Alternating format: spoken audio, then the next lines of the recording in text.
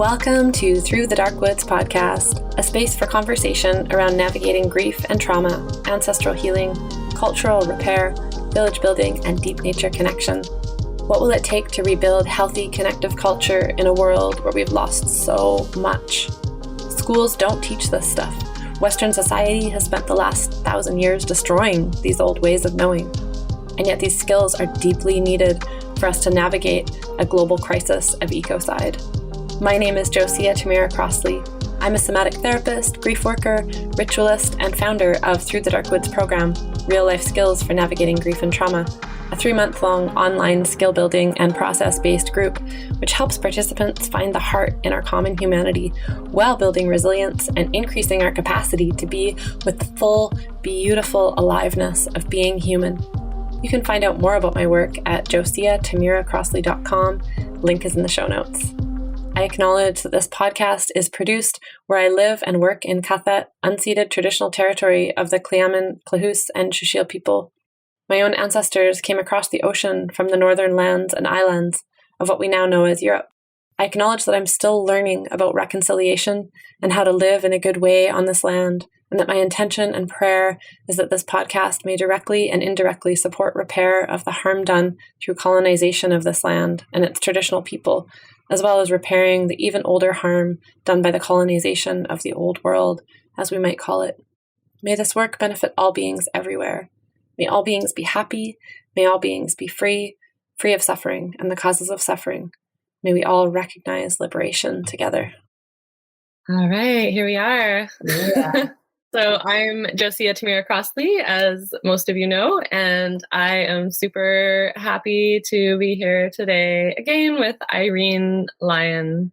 And Irene is a nervous system specialist and somatic healing practitioner and founder of Smart Body, Smart Mind, a 12-week online program that helps to restore nervous system regulation through polyvagal theory, informed education, practical neurosensory exercises, and interactive support. And we'll talk a little bit more about that as we go. But yeah, Irene's trained in somatic experiencing, the Feldenkrais method, as well as the work of Dr. Kathy Kane called Somatic Practice, which has a focus on touch therapy for early developmental trauma.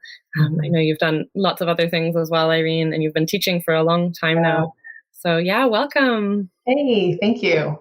Yeah. Yeah. Good to be here with you. So yeah, I think we first met maybe like 7 or so years ago through. Yeah, it's been a while. Yeah. And through a mutual friend of ours. And I at the time was running an online program that was focused on nutrition and lifestyle to support folks who are struggling with burnout and adrenal fatigue.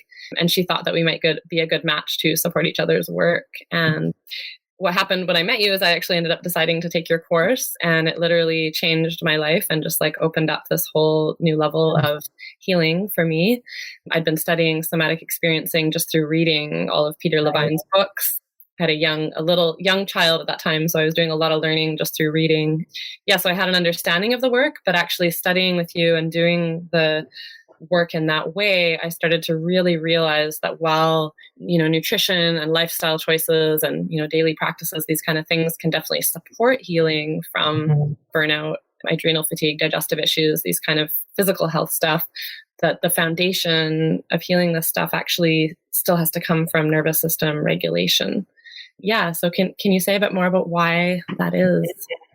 You betcha. Yeah. Well, I didn't know this either in my early years working in health, and I was in the fitness industry and nutrition and Feldenkrais, which is it's a mind-body movement methodology with a hands-on component as well. So I was deep into healing work, helping work. And what happened was it was like 2008. I was practicing the Feldenkrais method and working really with the nervous system, but at a more physical level. Mm-hmm. And a lot of people were getting better. And I got into the work because I had some really bad injuries, knee injuries from my sport that weren't getting better with general physical therapy and exercise. So I was doing some really good work with people, but there was like 50%, kind of guessing on that number, but like a very large chunk of my clients weren't getting better with the Feldenkrais work alone. So alone. And I kind of was like, what's wrong here? Because other people are. I did. So what's missing? And so I started talking to some of my colleagues in the Feldenkrais world, but some of them also studied somatic experiencing. And I think I probably got Peter's books, started reading, and then was like, wow, this is so important. And so what I learned, obviously, as I started to read his books, but then decided to train in somatic experiencing, was that when our autonomic nervous system has old trapped stresses, and I don't just mean like, oh my God, I have a paper that's due, I'm stressed, but like scary bad events from our past, or even like yesterday, things that we had happened to us, but we didn't have any idea how intense it was, or maybe we did, and we shut that stuff down. We didn't have the ability to integrate it. We just couldn't integrate it. We didn't even know that we had this pain in our body because we were so numbed out from other stuff that occurred to us. Right. So what I started to realize in a very macro way was when we don't work with these fight, flight, and freeze survival energies that are naturally occurring when we have stressful, very traumatic things happen to us, if we don't work with those things, they stay in us in many ways, and they create this thing called dysregulation of the autonomic nervous system. And then the reason why that's important for the whole global system is the autonomic nervous system regulates everything in our physiology, as you mentioned. When you were talking about, you were doing nutrition and that, it regulates our digestion, our immune system, our hormone system, our cardiovascular system, our ability to engage and attune to others, to listen and to feel and to be empathetic. It also governs our ability to think clearly. So when our autonomic nervous system has got just this message that's saying danger, danger, danger all the time, we just can't function properly. And so it was kind of like this, it was like this is insane. And then of course, as I learned more and did more higher level learning with my mentors and the teachers, and I started seeing more clients in this lens, it became very clear to me that, and the research shows this, that a lot of the chronic conditions that we live with as humans in the current time are a result, not completely, but a big part is due to this dysregulation in the nervous system. That was sort of like okay, I better know more about this. Yeah. And then, of course, when you go down that rabbit hole, there's just so many other tentacles of this work. Yeah. Attachment trauma, surgical traumas. Yeah. It just goes on and on and on. Yeah, like layers and tangents. 100%. So that was kind of, for me, I realized, okay, this nervous system is really important beyond just the movement that I was already really expertised in. We have to get into the energy, the electrical impulses, the stored memories in the body, so that we can work with them, so that they can exit and integrate, so that we're not holding all that inside, all that toxicity. It's basically toxicity. We always we talk about toxins and chemicals in our food and the air, and those are all essential for us to get out of our bodies and out of our environment. And there's even more invisible things that are the stresses that we never processed, that are like toxins that are staying inside, creating illness in the system. Yeah, exactly. Yeah. And it's so powerful and important. I mean, and that was so key for me, because I found myself after I had my son in my like mid-20s, and I had like pretty severe adrenal fatigue, and it was like, well, where is that coming from? And so I had to really look at the roots of that, and it's a big journey. It's a big journey. It is. And it's sort of one of those journeys that, at least at this point, it's kind of just lifelong. And that could be one distinguishing factors with this work, is that there's always, it seems to be another layer. I'm sure you can attest to that. Mm-hmm. Even when you have attained fairly solid regulation of your nervous system, it amazes me how much the human system can store and hold. Yeah. And we don't know what it's like to live in a humanity where the bulk of our, folks, the bulk of humanity is not stuck in survival stress. Yes, exactly. I think it's really interesting when you think about that. It's like, wow, like what if in another 50 years, it could be sooner if we really went crazy and really got this work into all the systems. That would be nice, please. But, it so much in our current world is driven by this stored fear. Yeah, exactly. That survival fear, right? You got it. And it's incredible how much, it affects our physiology, our adrenals, our digestion, the level of inflammation in our bodies, our energy levels.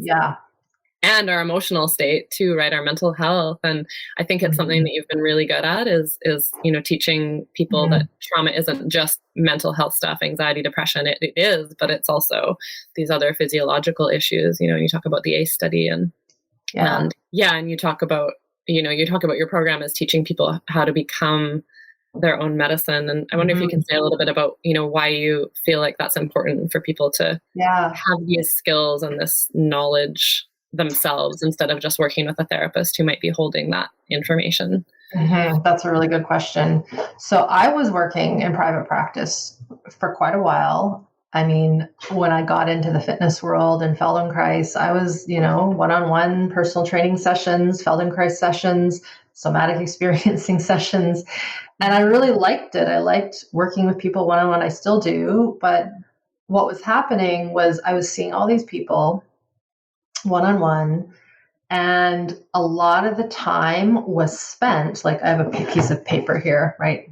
Like I would be drawing pictures of graphs and nervous system, and this is what happens here, and that's what happens there. And then I would start, I was starting to, right before I kind of created this online stuff, make audio sessions. Like I would tape, record audio. You just did it yourself. Good old cassette tapes. It was actually on cassette tapes a long time ago. That's amazing. Yeah. I actually just threw some of those out. It's funny. I kind of felt bad throwing them out, but I'm like, I'm never going to use these on cassette, right? That's awesome. But I started recording lessons. I call them lessons, exercises, which now I call neurosensory exercises, just guiding people to be in their bodies, in their environment, feeling like parts of their body, much different than meditation, more very specific intention and attention to parts of the body and how you connect feeling this system with the outside world at the same time. Right. And that relationship, so that dual awareness. And that's one of the parts that's missing, I have found in a lot of the meditative mind-body practices, is it's all internal, which is fine, but we live in an environment where there's stuff around us, and we're not all living up on a pristine, monastery in the Himalayas, breathing fresh air with no stress around us. Like we have to learn how to be in our bodies while eyes open with the world. So I started creating these audio things, and then just one thing led to another. And before I knew it, I had enough content, enough information to kind of create what is now known as an online program or course. And so when I was sort of starting to think about shifting my online or my private practice, the online space just was exploding. And so it was a risk. It was not what had been done before. I had a few colleagues say, there's no way you can do this, Irene. You have to do this work one-on-one with a person in the same room. That's the only way you can do it. And I was like, you've proven them wrong, haven't you? I think, yes, I have. Thousands of people have gone through your program. So many people now do Zoom sessions for therapy and Zoom yoga, and I mean, clearly we can learn in this space. Of course, it's not like you can't get a massage over the internet, that kind of thing. But what I found was that obviously the person has to want to learn. Yeah. Right? They have to want it. They want to learn about themselves. And that idea of becoming your own medicine, to tie that back in, is teaching people how to be with their bodies and their physiology and all the sensations that are a myriad of color and texture and experience, not as a, okay, if you're feeling this tightness here, go do this sound. Or if you're feeling this heat in your body, that must mean this, not that, because that falls short because the human experience is so vast. Yeah, exactly. And it's like, it's like, we're not there to fix. Exactly. Yeah. And that was, I remember the first few years of the course, a lot of the students would say, can't you just make a list that says, when I'm feeling this, go to number 5 or go to number 7. And it's like, no, I can't. Because what if you go to that and it doesn't offer what you need in that moment? Yeah, exactly. So, it's not a fixing. It's more like a rewiring back to, like, I think of it as almost like an undoing, a rewiring back to how we would have been wired if we grew up in healthy culture, connected to nature, connected to each other, supported relationally. It's like getting back to that. Yes. Which is not, it's not a fixing of anxiety or a fixing. It's like a coming into ourselves. 100%. Yeah. And I kind of call it, there's many words, but growing foundation, growing capacity. And as you said, like if we were raised in an environment that provided us safety, connection, attunement, proper boundaries, expression of all emotion, not just ones that are, and I'm saying this with air quotes, good, versus ones that are bad.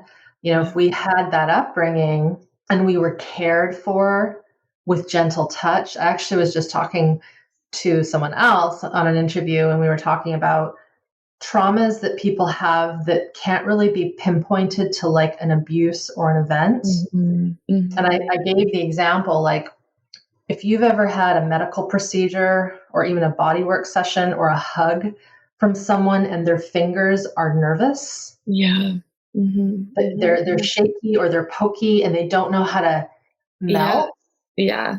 Like it feels not nice. Like you kind of want them to stop touching you and you feel a little unsafe. It's like I've had blood taken because of all the surgeries I've had to have in my day or IVs put in. And a confident, caring, very there grounded nurse. It's like, take my arm. But when you see the nurse come in or the doctor and they're just a little scattered, your system starts to get a little worried. It's like, is this going to hurt? Like, and then you feel that you can't tell them that you're a little worried. And it snowballs. Yeah. And so if we think about like little babies, obviously they're little, when babies come out, they're pretty fresh and they're pretty new to everything. And they will feel that energy as I'm here, you're safe, I'm going to hold you without any worry. Versus the parents. And again, this isn't the parents' fault because they don't know that they're even probably like that. Yeah. They're just in their own experience of exactly. So a lot of what I would say our students and clients have, and of course I'm being very general and making assumption, but my sense, because this work has not penetrated the whole world, is there's a lot of people here who are adults who had moms and dads and nannies and caregivers who were nervous, who were storing lots of that survival energy, who weren't comfortable in their own body, or who were terrified of the infant because they didn't want to hurt them. Yeah. Because we're just not around a lot of infants in our society. It's can't remember the last time I held a baby. Yeah. It just doesn't happen very often. Like a puppy, sure, a kitten, maybe.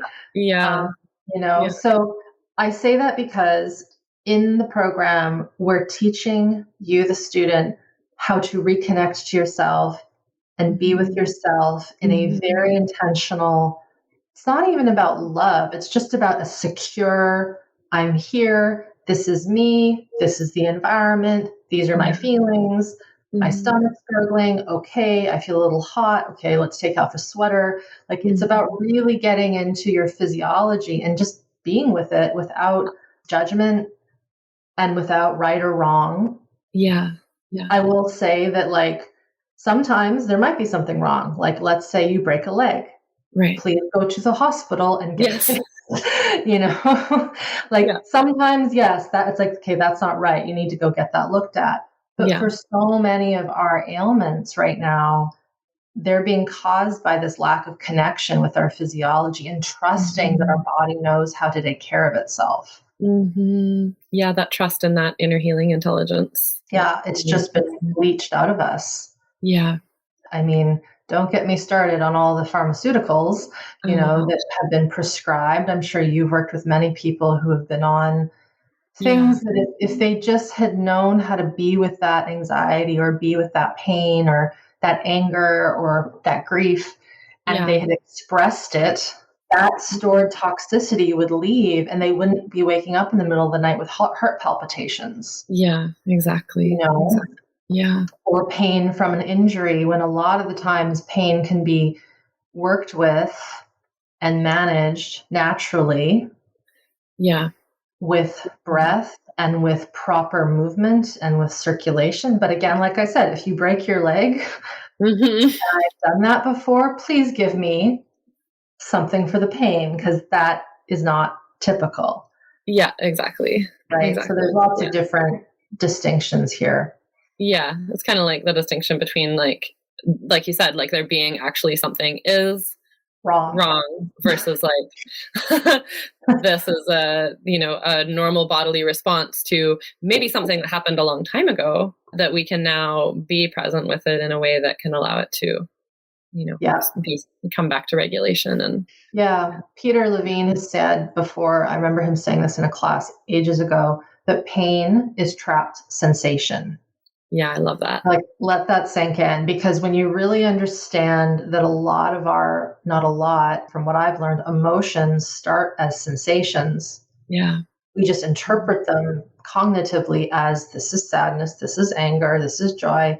Yeah. But when you teach someone how to really feel their body, just like an infant can't say, "Mommy, I'm happy," because they can't talk yet. They're just happy. And when they're sick, it's just they don't feel well and they change and you see that something isn't right, but they're not saying, "I have a sore tummy." They just are expressing their physiology based on what's happening sensorially. And how that infant is connected with in that moment, whether they're honored for what's happening or they're ignored or whatever it might be, that can screw up that intelligence. The technical word is introception, right? Being able to perceive their internal environment. I mean, a lot of what we're doing in this course is learning how to be better at feeling what's inside. Yeah, beautiful. Yeah, and it's so powerful, and it's like, a lot of things you're talking about, it's like it seems so simple, like, oh, take off your sweater if you're hot, like go pee if you need to go to, it's like these things, but like when we don't have that feedback when we're little, that to do those things, to express those needs, then it's like we just suppress them, and then it has this, I think a lot of people don't understand the deeper impact that has on the physiology of our being and our nervous system and even our emotional body as well, of course. And we have a almost 2-year-old living here on the land, and like it's so amazing to just see how he's so his expression of his different feelings, and just it's like so embodied. The joy is just like such a good really age. good joy, like full body joy, and the anger is like full body, and the sadness, full body also. Right? And so, just watch that kid and just be like that kid. It's there's so much purity and realness when, like I said, like there's so few humans who have been raised with that capacity to express, along with boundaries. Learning how to clean and do chores, like all of that is really important. I think there's been a swinging like a pendulum swing. My generation, probably your generation, your parents' generation, it was all very, often strict, stoic, don't, speak unless you're spoken to, that whole children should be seen and not heard.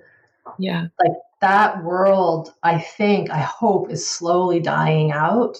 Mm-hmm. But then what I saw occur, and a lot of my clients fit this, and you might know many people that do too, where their parents then in our generation went the other way because they had so much strictness. Right. That they're like, well, I'll just let them run loose and be wild. Yeah, no boundaries. No boundaries and no learning about how to really be, how to cook. I say that, but it's serious. Like we need to know how to cook and clean and be respectful of our space and other people's things. And I think some manners are important in certain situations because we've socialized ourselves. But there's also that early part of growing up where there needs to be full reign to do whatever you want. Mm-hmm. And as long as, you're being kept safe, just like when you're hungry, when you're a baby, you should be fed. Mm-hmm. Mm-hmm. When you're not hungry, you shouldn't be fed. Yeah. Yeah. And so as adults, when we start to realize, oh, maybe I didn't get that the way Irene and Jose are talking about, it can be a big tug of war to even listen to something like hunger cues. Yeah, exactly. And that's why so many people have trouble with eating and excess calories and just not being, because there's just the cue isn't there. Yeah.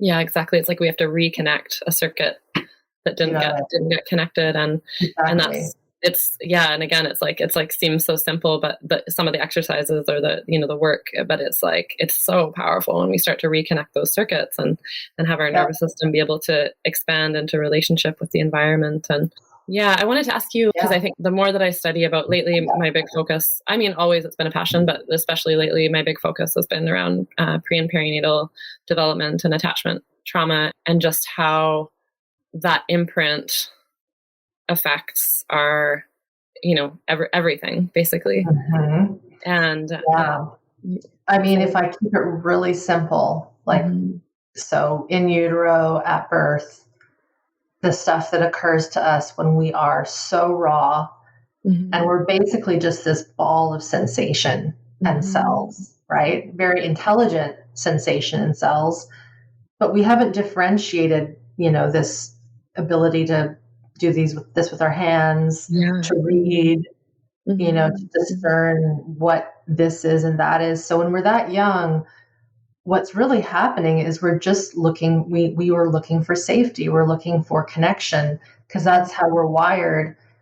And so whether, we had a traumatic entry into the world because of stress at birth, whether, we had to get yanked out, maybe we had low oxygen because we got stuck. Very common thing is umbilical cords get wrapped and babies will be born blue and nearly dead. This is a real thing. Or premature. Yeah. Mothers sometimes are so stressed that the system just can't continue that pregnancy. And my husband was a preemie, and, these things really impact that physiology. And so one of the key things for someone who maybe knows or has a sense that occurred to them is cellular safety. And so you mentioned Kathy Kane, one of my teachers in her work, Somatic Practice, and her other kind of co-conspirator is Stephen Terrell. So they teach together, and they're really focused on early trauma, developmental trauma, attachment, creating a secure base. And part of that work is working with the actual physiology. So working with the stress organs, I call them that, the kidneys, the adrenals, the brainstem, which is, where the brain and the spinal cord meet, the gut, and then how the gut connects to the brain. These areas called the diaphragms, which kind of like there's that true diaphragm, which you know of course. And know that in our work, there's these other diaphragms that are more osteopathic tradition, but they really line up with the chakras. Yeah. The root, the belly, the solar, the heart, the throat, the third eye, and then the crown. And these areas in the body, when we're that wee and little, they're the areas that get hit with stress. They contract. they get rigid, the fascia tightens, or they collapse because they can't handle the stress. And so a big part of the work that I've transferred from what I would do one-on-one, if I was doing touch work, is teaching the students how to guide into their body with their intention, but also if they can reach the hands. Everyone pretty much, granted your shoulders can move here, can touch their brainstem. We usually can touch our bellies, obviously the chest area, the shoulders, the joints of the body are another big area that we work with. And people can be very surprised. I don't know if you remember, there was one lesson called Basic Joints, and I teach it with it. And it's like, oh, we're just going to touch my wrist. What could that possibly do? Yeah. So powerful. But when the intention, if I was to just say, I just touch your wrist, I mean, then nothing's going to happen. Yeah. But it's when we set the foundation that we're going into the body with that mode. It's like we're putting on special goggles. Yeah. Right. And we're putting on these virtual reality goggles to go inside, but then you're using your own movement to touch. Yeah. And I will say, notice, your grip. Are you tight? Feel it the way you would greet a child or an animal that feels terrified. You're not going to hold them with nervousness. You're going to be very gentle. Yeah. And you're going to ask permission first.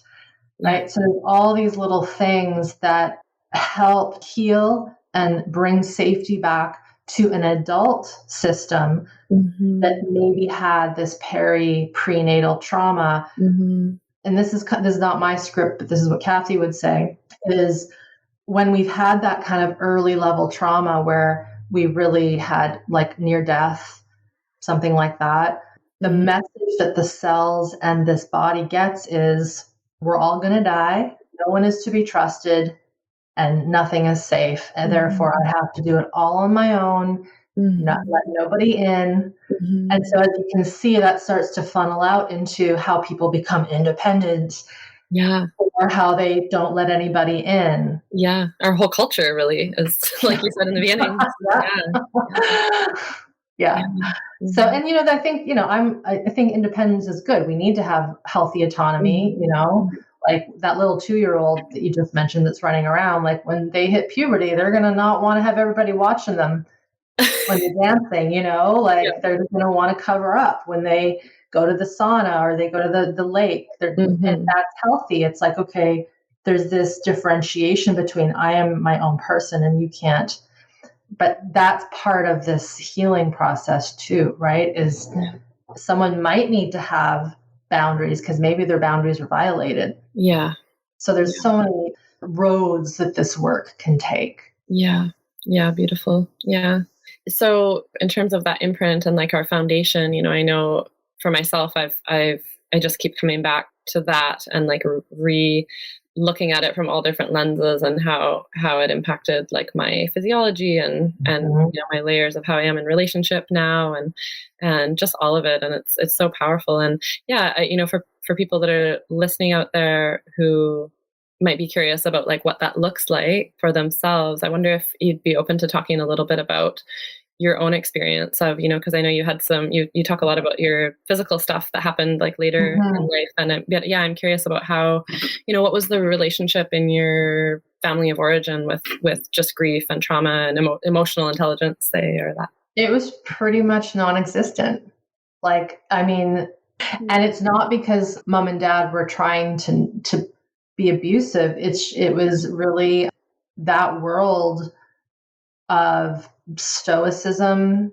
When I was little, if I cried, I don't remember, but I know that I wasn't told to shut up. And so I know there was elements of my early upbringing that were very solid and secure. Yeah. My mother is from the Philippines. So that culture kind of by default has a little bit more of that.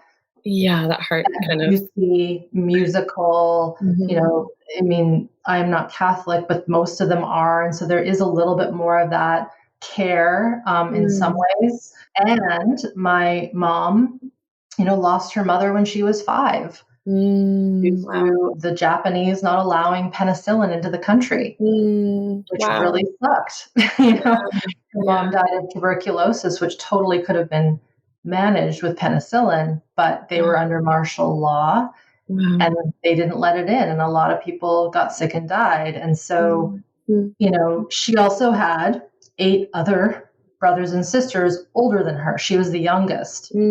So the interesting thing is in those family systems, so yes, the mom died, but there were also older sisters and older brothers that pretty much were like her parent, right? So she wasn't left alone or abandoned to that degree that, No, her oldest brother was 20 years older than her. Wow. Wow. Just to give you an idea, like you rarely see that here in North America or even in Europe. And so, but she also, you know, I don't want to go into all of her history, but that generation, none of them dealt with their traumas. Yeah. It's just, you know, but I also think that because of the faith and it, you know, some of that does get healed when you're with others who are joyous and you're in a religious practice. But I also know that, you know, we didn't talk about feelings and that kind of thing. And so I kind of, through my early childhood, teenage years, I was kind of that defiant teenager. I did a lot of bad stuff, you know, when I was 16 and 17. And a lot of that defiance and kind of recklessness is, from what I've seen, a way to express and to kind of get that anger out. I mean, you know, the punk, the metal music, you know, the head banging, like all that stuff is like to kind of get that energy out. Clearly I turned out fine. And I passed high school and I went to university and I had amazing relationships. So I wasn't, you know, the lack of that connection and community, if you will. And, you know, you're a mom. So my sense is, you know, you will listen if your kiddo comes to you with a problem. Thing is, I would never have come to my parents with a problem. Not because I didn't need it, but I just didn't know that I could because that relationship wasn't there. And it wasn't because they were abusive. It wasn't in the field. And maybe you weren't seeing them, you know, I think there's something about seeing our parents like do that for each other too, right?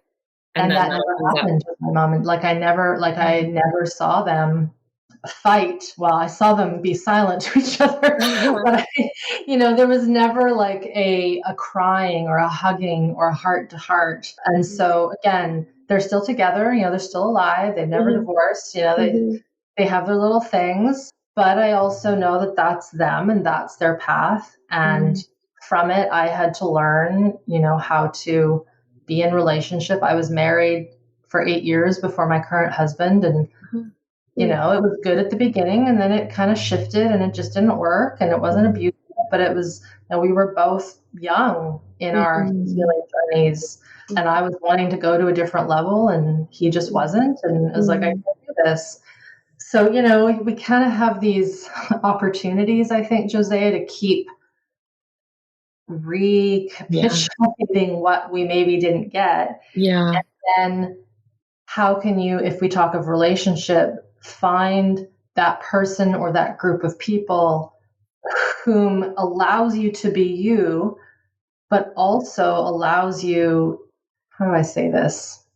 The one thing I would say that's been interesting with my current relationship is that with Seth, whom is also part of our team, he also knows what I do, is the ability to kind of like call each other out on stuff. Beautiful. Right?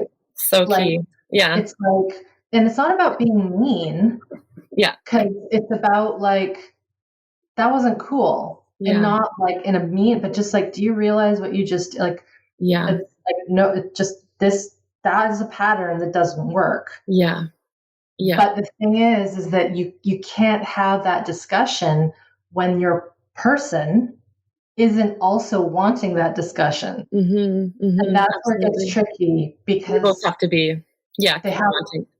Like this nervous system work, I will say it's very difficult if your significant other, your partner, your spouse, your wife, your husband, whatever, if they're not interested in any development. It doesn't mean they have to do the course and the program. But when you start to uncover your natural emotions and you feel like you need to growl in the shower because you're feeling an emotion, and your spouse says you have to stop that, it makes me uncomfortable, and then we have a problem. It can be, and it can be, I think, triggering for people once we start to express more.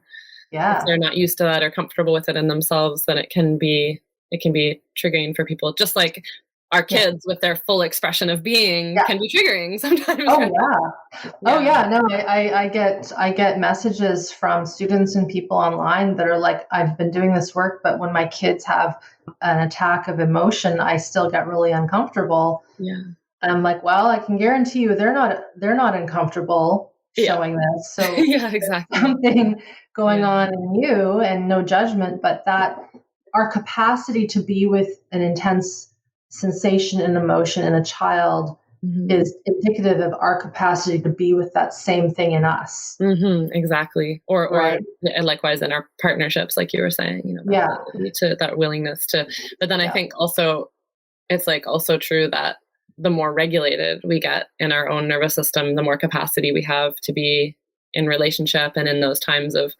like you said, you call each other out, and it's like, well, but we can't be calling each other out when we're both dysregulated, right? Because then that just spirals into... It can spiral into some bad, and the thing is I guess, like, you can have two people that have dysregulation together, but the key is that the communication is open so that both people know we're working on our stuff. Maybe one partner is doing it through some other kind of therapy, and maybe another partner is doing it through this work that we do and that I do. But the key is that there has to be open communication, and there also has to be a willingness of one of the people being like, I can't, not now. And that isn't about, it's not about shutting the person down. It's about, I don't have the capacity to be with what's happening right now. Give me a moment, et cetera, et cetera. And so there's a lot of, it can be fun when two people are interested in their own healing, and when we get into the course, we actually now have a letter, I guess you could say, a PDF that we wrote so that people can give that to their significant others. That's awesome. Or their parents, because a lot of people still live with mom and dad because they are unwell and they can't be on their own. And so it is important that the people in your home, granted it's safe to let them know. This is, also some people do this work and they're still in a toxic environment. And that's okay.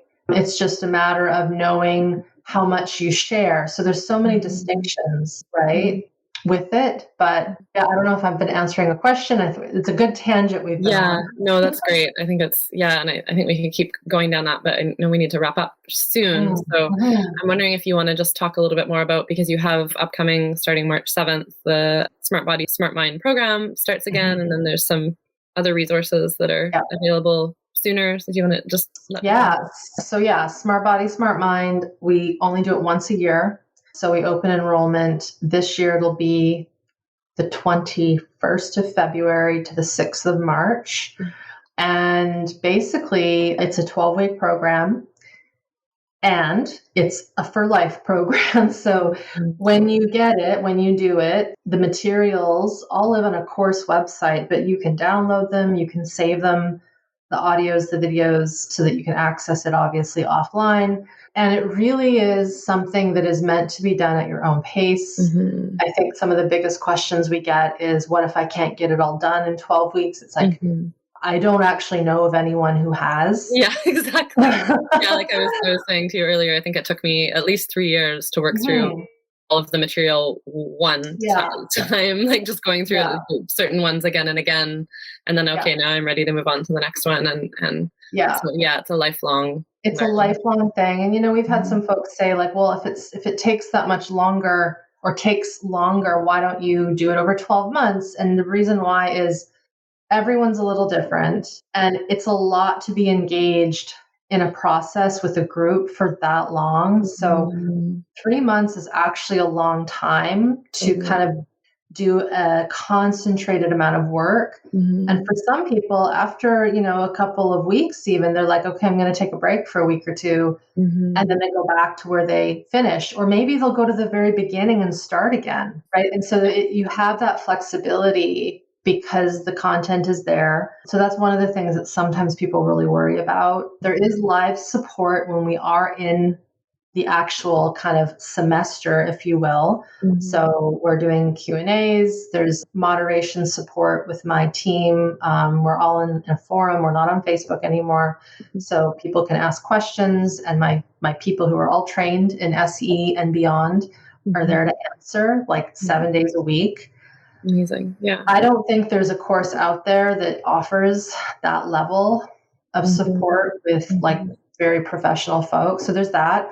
And then if folks want to just get a little taste of the theory, a little bit of the neurosensory work that I do, the Healing Trauma series, which is a free 3-part video series. Video 1 is probably one of my favorite videos because I go into like some really cool analogies about capacity building and the body and trauma and the responses and the nervous system.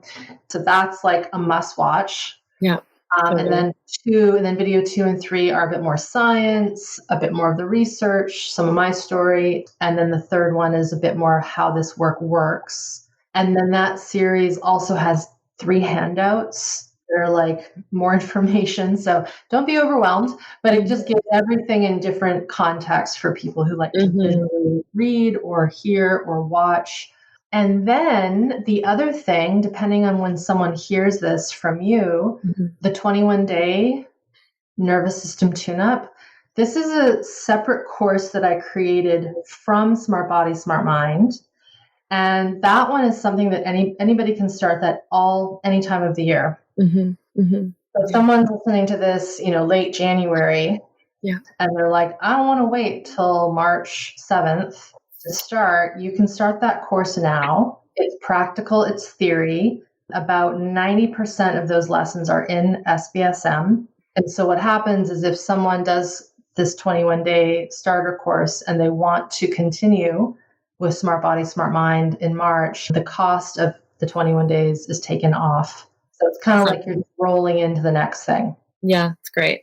Yeah. Like so those are the main things. I think everything there. And then of course I've got, videos and YouTube and all that. Yeah, lots of free resources as well. Yeah. So that's great. Yeah. So I'll be sending out the link to both the Healing Trauma series with this video. Yeah, wonderful. I'm so excited for all the people who are going to receive this from you this year. Yeah. And I think it's just such a great, as somebody who works one-on-one with people, it's such a great adjunct to that, because it's like, it just means that when people then come into session with me, it's like they have all these different skills that they've built, or like practices that they've built. They've built some capacity, they've built some ability to have that interoception again, like you talked about, that being able to feel inside. And so then it's like, and they understand some of the like psychoeducation around why things are this way, why we're doing these like funny little exercises that make them right? And like we can go in and it's like the session that you're paying me for then is it's like now we're just like really going in and doing the work where you do need someone else. Because I think some of the stuff we're not meant to do it all alone, right? We are. Totally. Relationship. Yeah, that's a really good point, because it's true. Like there are some things that you can completely do on your own, and then and it depends on your history and what you're working with. But there are certain things that really require a bit of human connection. It can be through Zoom, so that there's these little micro pieces that we will miss sometimes if it's just ourselves we're working with. But you're correct. Like many of my colleagues, probably your colleagues, even the team that I have that helps moderate the forums, they will say that when they work with their clients who have gone through even the 21 days, but also SBSM, like there is just a level of understanding and foundation online already compared to those who know nothing. And that's really why I created this, as I mentioned at the beginning of our talk was because of our higher brain. Like if we were all just a bunch of cattle or animals in the wild, like we wouldn't be having this conversation because we wouldn't be having these issues. Those animals didn't create the technology that's putting us into a situation where we need this. Yeah. But because of this higher brain of ours, we do need to understand the theory. We do need to understand why are you asking me to look over there when I have like gut problems? Yeah. But it goes back to, why would you listen to a baby's whimpers and see that they're looking away? That's what they're naturally doing, And so I think that because we've been so turned off of our natural physiology, but then we have this higher brain that needs to make meaning. I can't say it any more clear. We have to know the theory, and we have to understand these basic processes that go on in the body. Otherwise, what happens a lot of the time is someone will have a sensation, or they'll have something that occurs, or a weird movement that happens. And if they don't understand what that weird movement might be, they might not even notice that that's an old protective response. It's like, please don't hit me. Yeah. That kind of thing. And so when we know the physiology inside and out, and I teach as much as I can to the highest level that I can, it really gives a person the empowerment to know what's going on in their bodies and their kids too. Like for mamas and papas, when you get, I've heard so many parents say, this completely changed my parenting. Like I had no idea that this little person was being run by their nervous system. Yeah, exactly. Yeah, exactly. Trust me, they're not trying to be mean to you. They're just angry because of something else. Yeah. Yeah. And that cycle of needing to like fully express and then settle, and so much in there. And I just love, I think it's so important. And so like, exactly like you said, it's so empowering, because it's like, I think we this is a cultural or societal thing as well. It's like, we have this idea where it's like, okay, there's people who are like experts at healing trauma, and there's the ones who deal with it. Whereas, something I was just saying to the community I live in here this morning is, it's like, I think really in order to be a high functioning organism as humanity, it's like we actually all have to be highly skilled in conflict resolution, in grief tending, in trauma healing. So we're complex. Yeah, we're complex. And we're complex. We've been treating ourselves kind of like bots and little conditioned robots, right? Yeah. And it's like we're not. And that's where we get into trouble, is when we don't realize, yes, we're all human. But humans, from what I can tell, are all very individual. Yeah. We're not like the cattle. We're not like the impala. We're not like the litter of kittens and puppies. Even then you'll have, if you've ever had a litter of cats and dogs, little individualities within them, right? Totally. But then you take these humans, which we are, and you smack this higher brain into them with this mammalian physiology, and holy moly, like what a crazy experiment this is that we're in, right? Absolutely. So it's very important work. Sticking to it. I'm biased, but it's super important work from what I've seen. Yeah, I agree. And I think it's just the work you're doing and offering is just really, truly revolutionary for people and for the world, for our society as a whole. And so, such a pleasure to be able to just share this time with you today and have this conversation, and appreciate you helping people out there learn a bit more about what it means to become their own medicine, as you say. So thank you for joining us. Doing it. It's my job. Thanks, Josiah. Thanks for having me. This has been another episode of Through the Dark Woods podcast. I'm your host, Josiah Tamira Crossley. If you'd like to hear more from Irene Lyon, I highly recommend checking out her free healing trauma video series, which is available from now until March 7th. The link is in the show notes. Check it out. And if you feel up for it, I'd deeply appreciate you rating and reviewing this podcast on Spotify or your preferred listening platform. May this work benefit all beings everywhere. May all beings be happy. May all beings be free of suffering and the causes of suffering. May we all recognize liberation together. Wishing you a harmonious day filled with connection to yourself, your people, and the natural world.